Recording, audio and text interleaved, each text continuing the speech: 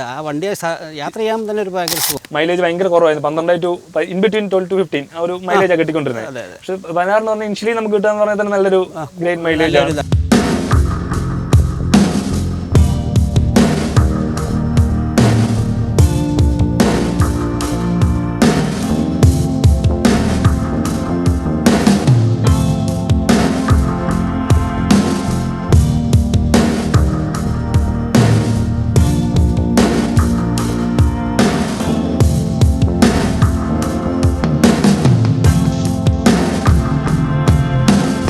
നമസ്കാരം. അപ്പോൾ നമ്മുടെ പുതിയ വണ്ടി വിശേഷമായിട്ട് വന്നേക്കുന്നത് സൈച്ചേട്ടനാണ്. ഹോണ്ട അമേസിൻ്റെ വിശേഷങ്ങൾ പറയാനാണ്.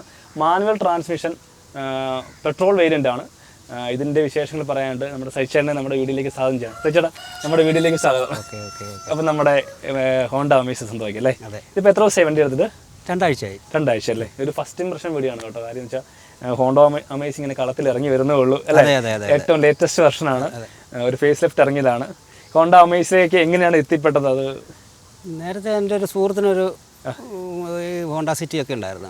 അതിലൊക്കെ ഒത്തിരി യാത്ര ചെയ്തിട്ടുണ്ട്. അവർ നല്ലൊരു എക്സ്പീരിയൻസ് ആയിരുന്നു. അതുകൊണ്ട് ഹോണ്ട അമേസ് തന്നെ എടുക്കണം എന്നുള്ള ഒരു ഡിസിഷൻ ആയിരുന്നല്ലേ? അപ്പൊ ഇതിനു മുമ്പ് വണ്ടി യൂസ് ചെയ്യുന്നുണ്ടായിരുന്നു? മാരുതി 800 ഉണ്ടായിരുന്നു. 800 ഉണ്ടായിരുന്നു. അതിൽ നിന്നൊരു അപ്ഗ്രഡേഷൻ. അതെ, ഓക്കെ. എങ്ങനെയുണ്ട് മാരുതി 800-ൽ നിന്ന് ഹോണ്ട അമേസിലേക്ക് വന്നപ്പോൾ എന്ത് തോന്നുന്നു? ഭയങ്കര ആനയെ ആടും പോലത്തെ ഉള്ള വ്യത്യാസം. വളരെ നാളത്തെ പ്ലാനിങ് ആയിരുന്നു. അതെ. അപ്പൊ എങ്ങനെ ഈ ഹോണ്ട അമേസ് ചൂസ് ചെയ്യാനുള്ള കാരണം അത് തന്നെയായിരുന്നു, അതോ അതിൽ സജഷനോ? ഇല്ല, നേരത്തെ എൻ്റെ സുഹൃത്തിൻ്റെ വണ്ടി ഉണ്ടെന്ന് പറഞ്ഞില്ല. അപ്പോൾ അതിൽ ഞങ്ങൾ ശബരിമലയൊക്കെ പോകുന്നുണ്ട്, ഒരുപാട് സ്ഥലങ്ങളിലൊക്കെ പോയിട്ടുണ്ട്. അപ്പോൾ അത് കാരണം ഒരു ഭയങ്കര ഇത് ആ വണ്ടിയെ യാത്ര ചെയ്യാൻ തന്നെ ഒരു ഭയങ്കര സുഖമാണ്. അപ്പൊ യാത്ര ചെയ്യുമ്പോൾ നമ്മൾ ഓട്ടോമാറ്റിക്കായിട്ട് എനിക്ക് എടുക്കുമ്പോൾ ഒരു ഇതാകുമ്പോഴത്തേനും അല്ലേ? എനിക്ക് ഇതുപോലെ ഒരു ആഗ്രഹം, ഇത് അതുപോലെ ആഗ്രഹമാണ്. അപ്പം നോക്കുമ്പോൾ സാധനം ഇറങ്ങുന്നു. അതെ. അപ്പം ഇതെടുക്കാൻ പോയപ്പോൾ വേറെ ഏതെങ്കിലും ആൾക്കാർക്ക് സജസ്റ്റ് ചെയ്തോ? കാര്യം ഞാൻ ഒത്തിരി പേര് പറഞ്ഞായിരുന്നു എടുക്കാൻ പറഞ്ഞു. അതാ ഞാൻ ചോദിച്ചിരുന്നത്. കാര്യം നമ്മൾ 800 യൂസ് ചെയ്തിരുന്നത്, മാരുതിയുടെ വണ്ടിയാണ്. അപ്പോൾ ഓട്ടോമാറ്റിക്കായിട്ട് ഇവനോട് വരുമ്പോഴത്തേക്ക് മൈലേജ് കുറവാണ്, മാരുതിക്കാണ് ഇച്ചിരി മൈലേജ് ഒക്കെ കിട്ടുമെന്നൊക്കെ ഒത്തിരി പേര് പറഞ്ഞു. അപ്പൊ എന്തായിരുന്നു ഇതിനുള്ളൊരു ഒരു മോഹം മനസ്സിൽ കിടക്കുന്നുണ്ട്. ഡിസൈർ നമ്മുടെ മുമ്പിൽ ഒന്നുമല്ല. ഓക്കെ. അപ്പം ബുക്കിംഗ് പീരീഡ് ഒക്കെ ഒത്തിരി സമയം എടുത്ത വണ്ടി എന്തോ ബുക്കിംഗ്? പിന്നെ കളർ കിട്ടാൻ വേണ്ടിയിട്ട്. ഓക്കെ. ഈ കളർ തന്നെ നോക്കി ഒരു മാസം പിടിച്ചു. പിടിച്ചല്ലേ? അപ്പോൾ ഓൺ റോഡ് എത്രയുണ്ട് വണ്ടിക്ക്? ഇപ്പോൾ ഓൺ റോഡ് ഒരു 15 രൂപ മിച്ചം വരും. ഓൺ റോഡ് വരുമ്പോഴത്തേനല്ലേ? ഓക്കെ. ഇപ്പം കോട്ടയം തന്നെയാണ് എടുത്തത് അല്ലേ? അതെ. എങ്ങനെ നമ്മൾ ഒരു ഇനിഷ്യൽ ഇംപ്രഷൻ, തുടക്കത്തിൽ തന്നെ ഒരു ഇംപ്രഷൻ പറയുകയാണെന്നുണ്ടെങ്കിൽ, ഇപ്പം ലോങ് വല്ലതും അല്ലെങ്കിൽ ദൂരോട്ടുള്ള യാത്ര വല്ലതും നടന്നോ? ശബരിമല പോയി അല്ലേ? എങ്ങനെയുണ്ടായിരുന്നു യാത്രയൊക്കെ? ഭയങ്കര സുഖമല്ലായിരുന്നു. ഡ്രൈവിംഗ് നമ്മൾ തന്നെയാണോ അതോ? ഞാനും ഓടിച്ചു, അനിയനും ഓടിച്ചു, അനിയൻ്റെ മകനും ഓടിച്ചു. എങ്ങനെ എല്ലാവരും ഓടിച്ചു? അതായത് നമ്മൾ ഇത് സെഡാൻ ഡിസൈൻ, ഈ സെഡാൻ ഡിസൈനിൽ തീർച്ചയായിട്ടും യാത്രാസുഖങ്ങൾക്ക് വേണ്ടി തന്നെ ഡിസൈൻ ചെയ്തേക്കുന്ന ഒരു വണ്ടിയാണ്. ബാക്ക് സീറ്റ് പ്രിഫറൻസ് ഏറ്റവും കൂടുതലുള്ളതാണ്. അപ്പം പുറകെ ഇരുന്ന യാത്രക്കാരുടെ ഒക്കെ അഭിപ്രായങ്ങൾ എങ്ങനെ ചോദിച്ചോ? ചോദിച്ചു. ഞാനും പുറകിലിരുന്ന് യാത്ര ചെയ്തു. എങ്ങനെയുണ്ടായിരുന്നു? നല്ല കൂളിംഗ് ആണ്. AC റിയർ AC വെന്റ് ഒക്കെ വരുന്നുണ്ടല്ലോ. ഈ സെഗ്മെന്റിൽ തന്നെ എനിക്ക് തോന്നുന്നത് ഇപ്പം VX വേരിയന്റ് അല്ലേ? സെക്കൻഡ് വേരിയന്റ് ആണ്. സെക്കൻഡ് വേരിയന്റ് എന്ന് പറയുമ്പോൾ 3 പേര് ട്രിമാണ് വരുന്നത്. ഓൾമോസ്റ്റ് ഇപ്പം ഏറ്റവും ടോപ്പ് വേരിയന്റ് വരുമ്പോഴത്തേക്കും ഇസ്റെക്സ് വേരിയന്റ് വരും. അതിന് തൊട്ട് താഴെ, അതായത് മിഡിൽ വേരിയന്റ് എന്ന് പറഞ്ഞാലും ടോപ്പ് വേരിയന്റ് തൊട്ട് താഴെ പുഷ് ബട്ടൺ സ്റ്റാർട്ട് ഉണ്ട്, rear AC went, infotainment system, 4 door power window, almost വേണ്ട എല്ലാ ഫീച്ചേഴ്സ് ഇതിലുണ്ട്. LED ഹെഡ്ലൈറ്റ്സ്, DR ലൈറ്റ്സ്, എല്ലാ സാധനം ഇത്തലും ഉണ്ട്. ഇതിന്റെ അടുത്ത വർഷത്തിലോട്ട് വല്ലതും ഫുൾ ഓപ്ഷനിലോട്ട് വല്ലതും നോക്കിയായിരുന്നോ? ഫുൾ ഓപ്ഷൻ നോക്കി, പക്ഷെ ബഡ്ജറ്റിലല്ലേ? ബഡ്ജറ്റിൽ തുടങ്ങത്തില്ല. അപ്പം മാരുതി 800 നോക്കുമ്പോഴത്തേനാണെങ്കിൽ നല്ല മൈലേജ് ഉള്ള വണ്ടിയാണ്. ഭയങ്കര മൈലേജ് ആണ്. കാരണം വെച്ചാൽ അത് AC വണ്ടിയാണ്, നോൺ AC വണ്ടിയാണ് യൂസ് ചെയ്യുന്നത്? AC വണ്ടിയാണ്. അപ്പം അതിൽ നിന്ന് ഇതിലോട്ട് വന്നപ്പം സാരമായ ഡിഫറൻസ് വല്ലതും ഫീൽ ചെയ്തോ? സാധാരണ ഹോണ്ട വണ്ടികൾക്ക് മൈലേജിനോട് ഭയങ്കര ഒരു വിഷമമാണ്. മൈലേജ് കുറവാണ് ഈ ഹോണ്ടയ്ക്ക് പൊതുവെ. കാരണം എന്താ വെച്ച് കഴിഞ്ഞാൽ അതിന്റെ ബോഡി നല്ല കറക്റ്റ് സൂപ്പർ ബോഡിയാണ്. വെയിറ്റ് ഉണ്ട്. തകിടൊക്കെയാണ് നല്ല കനമുള്ളത് തകിടാണ്. ഇങ്ങനെ ഞെക്കി കഴിഞ്ഞാൽ മറ്റുള്ള വണ്ടിയൊക്കെ ഞെക്കി കഴിഞ്ഞാൽ പപ്പടം പൊടിയുന്ന പോലെ പൊടിഞ്ഞു പോകും. ഇതിപ്പോ ടെക്നിക്കലി ഈ തകിടിന്റെ ഡേറ്റാസ് ഒക്കെ വരുന്നത് വർഷമാണ് അല്ലേ? പ്രൊഫഷണൽ വെൽഡിംഗുകാരനാണ്. അപ്പൊ നമുക്ക് ഇതിന്റെ കഥകളും കാര്യങ്ങളൊക്കെ അറിയാം. അപ്പം അതും നമ്മുടെ ഡിഫറൻസ് വ്യക്തമായിട്ട് ഫീൽ ചെയ്യുന്നുണ്ടല്ലേ? നമുക്ക് മൈലേജ് എത്ര കിട്ടുന്നുണ്ടോ ആവറേജ്? ഇതിപ്പോ ശബരിമല പോയപ്പോഴത്തേന് ബസ് സർവീസ് ആയില്ലല്ലോ. ബസ് സർവീസ് ആകുന്നുള്ളൂ, 800 കിലോമീറ്റർ ആകുന്നുള്ളൂ അല്ലേ? അതെ. ഇപ്പോൾ ഒരു 16 അടുത്ത് കിട്ടിയായിരുന്നു. 16 നോർമലി 16 കിട്ടുന്നുണ്ടല്ലേ? അപ്പം ഓൾമോസ്റ്റ് സാധാരണ ഇതിന് മുമ്പത്തെ ജനറേഷൻ വണ്ടികൾക്കൊക്കെ മൈലേജ് ഭയങ്കര കുറവായിരുന്നു, 12 to ഇൻ ബിറ്റ്വീൻ 12 to 15 ആ ഒരു മൈലേജ് കിട്ടിക്കൊണ്ടിരുന്നത്. പക്ഷെ 16 എന്ന് പറഞ്ഞാൽ ഇനിഷ്യലി നമുക്ക് കിട്ടുക എന്ന് പറഞ്ഞാൽ തന്നെ നല്ലൊരു ഗ്രേറ്റ് മൈലേജ് ആണ്. ഇത് നമ്മൾ എസ്പെഷ്യലി നോക്കേണ്ടത് മാരുതി ഡിസയർ ഒക്കെ ഇറങ്ങിയപ്പോൾ 3 സിലിണ്ടർ വണ്ടിയിലോട്ട് ചുരുങ്ങിയായിരുന്നു അവർ. ഇത് 4 സിലിണ്ടർ വണ്ടിയാണ്, 4 സിലിണ്ടർ വണ്ടിയാണ്. അങ്ങനെയുള്ള കുറെ ഗുണങ്ങളൊക്കെ ഉണ്ട്. മൈലേജ് ആണെങ്കിലും കുഴപ്പമില്ലല്ലേ? കുഴപ്പമില്ല, അത് കമ്പനി പറയുന്നത് 18. ഓൾമോസ്റ്റ് നമുക്ക് നമ്മുടെ ഓടിയിരുന്ന് ഒരു ഇപ്പം ശരിക്കും പറഞ്ഞാൽ 16 കിട്ടി. ഇനിയിപ്പോൾ സർവീസൊക്കെ കഴിയുമ്പോൾ എങ്ങനെയാണെന്ന് അറിയത്തില്ല, കൂടുതൽ കിട്ടാൻ സാധ്യതയുണ്ട്. ഇപ്പം ഫസ്റ്റ് സർവീസായി കഴിയുന്നുള്ളൂ. ആദ്യത്തെ 1000 കിലോമീറ്ററിനല്ലേ? 1000 കിലോമീറ്റർ. ഓക്കെ. ഇപ്പം വേറെ വണ്ടി എടുത്തിട്ട് ആൾക്കാരുടെ പുതിയ അഭിപ്രായങ്ങളൊക്കെ എങ്ങനെയാണ്? ഭയങ്കര അഭിപ്രായം. വണ്ടിയെ പോകുമ്പോഴത്തേന് പോരാത്തിന് TP നമ്പറൊക്കെ വെച്ചിരിക്കുന്നതാണ് എല്ലാവരും നോക്കുന്നുണ്ട്. ഇത് ഈ നമ്മുടെ ഏരിയയിൽ ഇല്ല വണ്ടി ഇറങ്ങി വരുന്നേ ഉള്ളൂ. ഇപ്പം ഞാനാണെങ്കിൽ ഒത്തിരി നോക്കി ഇതിന്റെ റിവ്യൂ കിട്ടാനായിട്ട് ആൾക്കാർ വണ്ടി ഇറങ്ങുന്നുള്ളൂ, ആക്ച്വലി ഇറങ്ങി വരുന്നേ ഉള്ളൂ. ഫാൻസി നമ്പർ ബുക്ക് ചെയ്തൊക്കെയാണോ? അതെ, ഫാൻസി വെയിറ്റിംഗ് ആണല്ലേ? ഓക്കെ. അപ്പം വണ്ടിയുടെ ഒരു ഇനിഷ്യൽ ഇംപ്രഷൻ പറയുവാണെങ്കിൽ കംപ്ലീറ്റ്ലി തുടക്കത്തിലെ തന്നെ നല്ല അഭിപ്രായം. ഇപ്പൊ എടുക്കാൻ പോകുന്ന പറയാനുണ്ടോ? എടുക്കാൻ പോകണമെങ്കിൽ ഇത് കൂട്ടുവണ്ടി തന്നെ എടുക്കണം. ഇത് കാണാനും നല്ല ഭംഗിയാണ്. പഴയ അമേസിനെ കഴിഞ്ഞൊക്കെ നല്ല ഭംഗിയാണ്. ഇത് ഫ്രണ്ട് ഗ്രില്ലൊക്കെ മാറി, ബാഗിലൊക്കെ നല്ല ഡിസൈനൊക്കെ മാറി, പിന്നെ കുറച്ചുകൂടെ ഫീച്ചേഴ്സ് ഒക്കെ അപ്ഡേറ്റ് ആയി. എനിക്ക് തോന്നുന്നു അമേസിന്റെ ഇതിന്റെ ഒരു ഡീസൽ വർഷം നിർത്തി ഡീസലില്ല. ഡീസലിൽ ഭയങ്കര മൈലേജ് ആയിരുന്നു വണ്ടിക്ക്. പഴയ വണ്ടിക്ക് ഇപ്പോൾ 22 മൈലേജ് കിട്ടുന്ന ഒരു വണ്ടി കിടപ്പുണ്ട് ഡീസൽ. പിന്നെ ഇതിന്റെ പ്രത്യേകത എന്ന് പറഞ്ഞാൽ സൈഡിൽ ക്യാമറയൊക്കെ ഉണ്ട്, 360 ക്യാമറ. ഇതിന്റെ ബാക്ക് ക്യാമറ ഭയങ്കര വൈഡ് ആംഗിൾ കേട്ടോ. നല്ല ഏരിയ കംപ്ലീറ്റ് കവർ ആകുന്നുണ്ട്, ഫുൾ ഏരിയ കവർ ചെയ്ത്.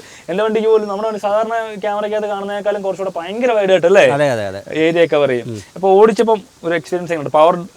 പവറിന്റെ കാര്യമൊക്കെ വെച്ച് നോക്കുമ്പം എങ്ങനെയുണ്ട്? ഒരു മാരുതി ഒരു 60 മേളിലൊക്കെ പോവുകയാണെങ്കിൽ നല്ല കുഴപ്പമൊന്നുമില്ല. പിന്നെ നമ്മുടെ ഒരു മയത്തിൽ ഇങ്ങോട്ട് 60 മേളിൽ പോകാതിരിക്കുക നല്ലത്. നമ്മുടെ ഒരു ഇതിന്റെ കാര്യം നല്ല മൈലേജ് ആണെങ്കിലും നല്ല റോഡൊക്കെ ആണെങ്കിൽ നമുക്ക് 60-70 ഒക്കെ മേളിൽ പോവാം, കുഴപ്പമൊന്നുമില്ല. അപ്പോൾ നമ്മുടെ അമേസിന്റെ കുറച്ച് വിശേഷം കൂടെ പറയാനായിട്ട് ആകാശം കൂടെ ഉണ്ട്. ആകാശിനോടും കൂടെ കുറച്ച് കാര്യങ്ങൾ ചോദിച്ച് മനസ്സിലാക്കുന്നു. ആകാശേ, എങ്ങനെയുണ്ട് അമേസ് എടുക്കാനുള്ള കാരണങ്ങളൊക്കെ? അച്ഛൻ പറഞ്ഞ പോലെ തന്നെയായിരുന്നു? ഇഷ്ടപ്പെട്ടല്ലേ? വേറെ വണ്ടികളൊന്നും നോക്കിയില്ലായിരുന്നല്ലേ?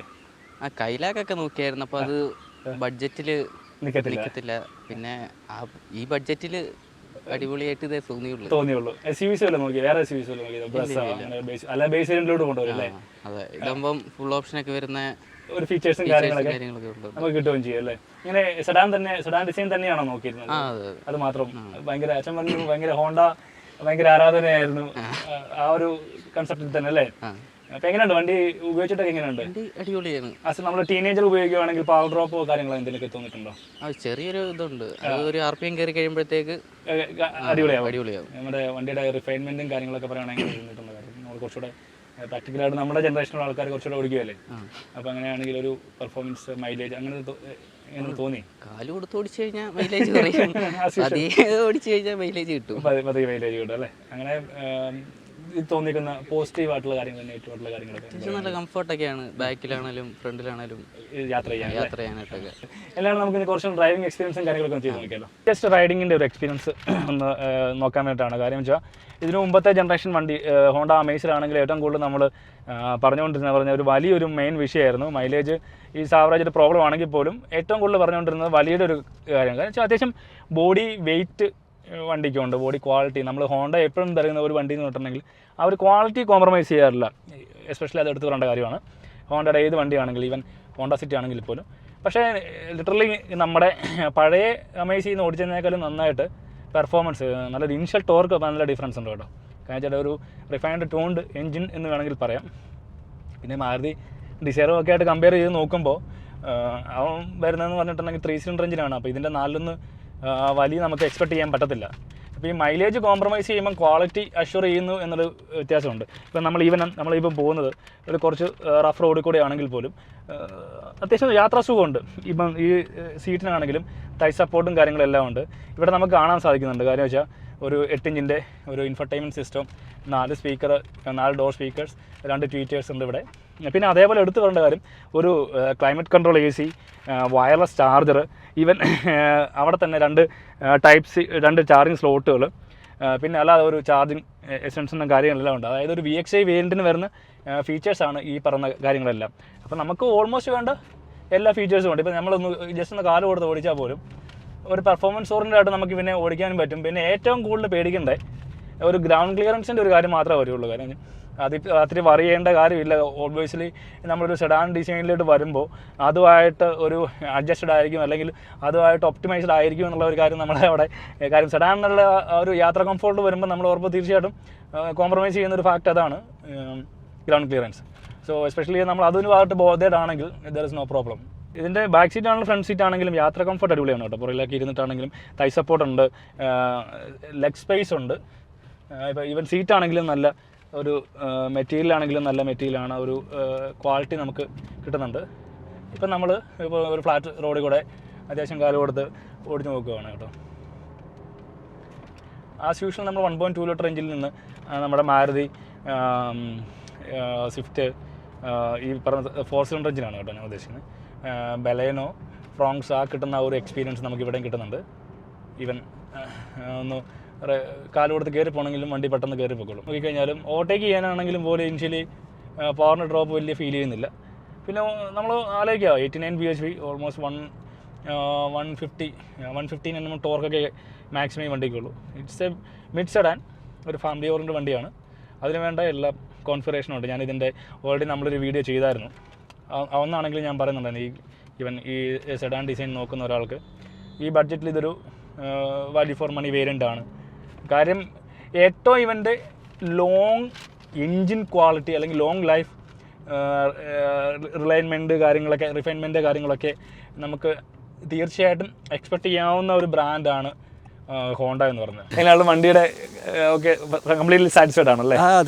തീർച്ചയായിട്ടും ഇതെടുക്കാൻ പോകുന്ന പുതിയ ആൾക്കാരോട് വണ്ടി റെക്കമെൻഡ് ചെയ്യുമോ? തീർച്ചയായിട്ടും എടുത്തോളാം, ധൈര്യമായിട്ട് എടുത്തോളാം പറയും. അപ്പോൾ കാരണം അത്ര ഒരു നല്ലൊരു ഇതാ വണ്ടി.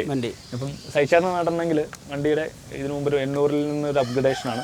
അപ്പം നമ്മൾ ആൾക്കാർ അല്ലെങ്കിൽ ഒരു എന്തൂസിയാസ്റ്റിക് പറയുന്ന പോലെ ആയിരിക്കത്തില്ല സൈച്ചാറിൻ്റെ എക്സ്പീരിയൻസിൽ വണ്ടി അടിപൊളിയാണ്. വേറെ കുഴപ്പങ്ങൾ മീൻസ് ഒരു ഇനിഷ്യൽ ഇംപ്രഷനാണ്. ഓൾമോസ്റ്റ് 800 കിലോമീറ്റർ ആയാലും ഫസ്റ്റ് സർവീസ് ആവുന്നുള്ളൂ. പിന്നെ അതിൻ്റെ കൂടെ തന്നെ ഇവിടെ നല്ല മഴയും പെയ്തുകൊണ്ടിരിക്കുകയാണ്. അതിൻ്റെ ഇടയ്ക്കുള്ള ഒരു ചെറിയ ഷോർട്ട് ടൈം റിവ്യൂ ആണ് ഹോണ്ട അമേസിൻ്റെ. അപ്പോൾ എന്നാണെങ്കിലും ഒരു ലോങ് ടൈം നമുക്ക് കുറച്ചുകൂടെ കിലോമീറ്റർ പോയിട്ട് ഒരു തീർച്ചയായിട്ടും ഡീറ്റെയിൽ ആയിട്ടൊരു റിവ്യൂ ചെയ്യണ്ടേ? തീർച്ചയായിട്ടും നമുക്കപ്പോൾ ഒരു 10,000 കിലോമീറ്ററിലേക്ക് ഒരു ലോങ് ടൈം റിവ്യൂയും കൂടെ നമുക്ക് വണ്ടികൾ ചെയ്യുന്നതാണ്. എന്നാലും നമ്മുടെ ഒരു ചെറിയ റിവ്യൂ ഒന്ന് സൈച്ചേട്ടൻ താങ്ക്സ് പറഞ്ഞുകൊണ്ട് തന്നെ നമുക്ക് വീഡിയോ വേണ്ടി ചെയ്യാം. ചേട്ടാ താങ്ക് യു.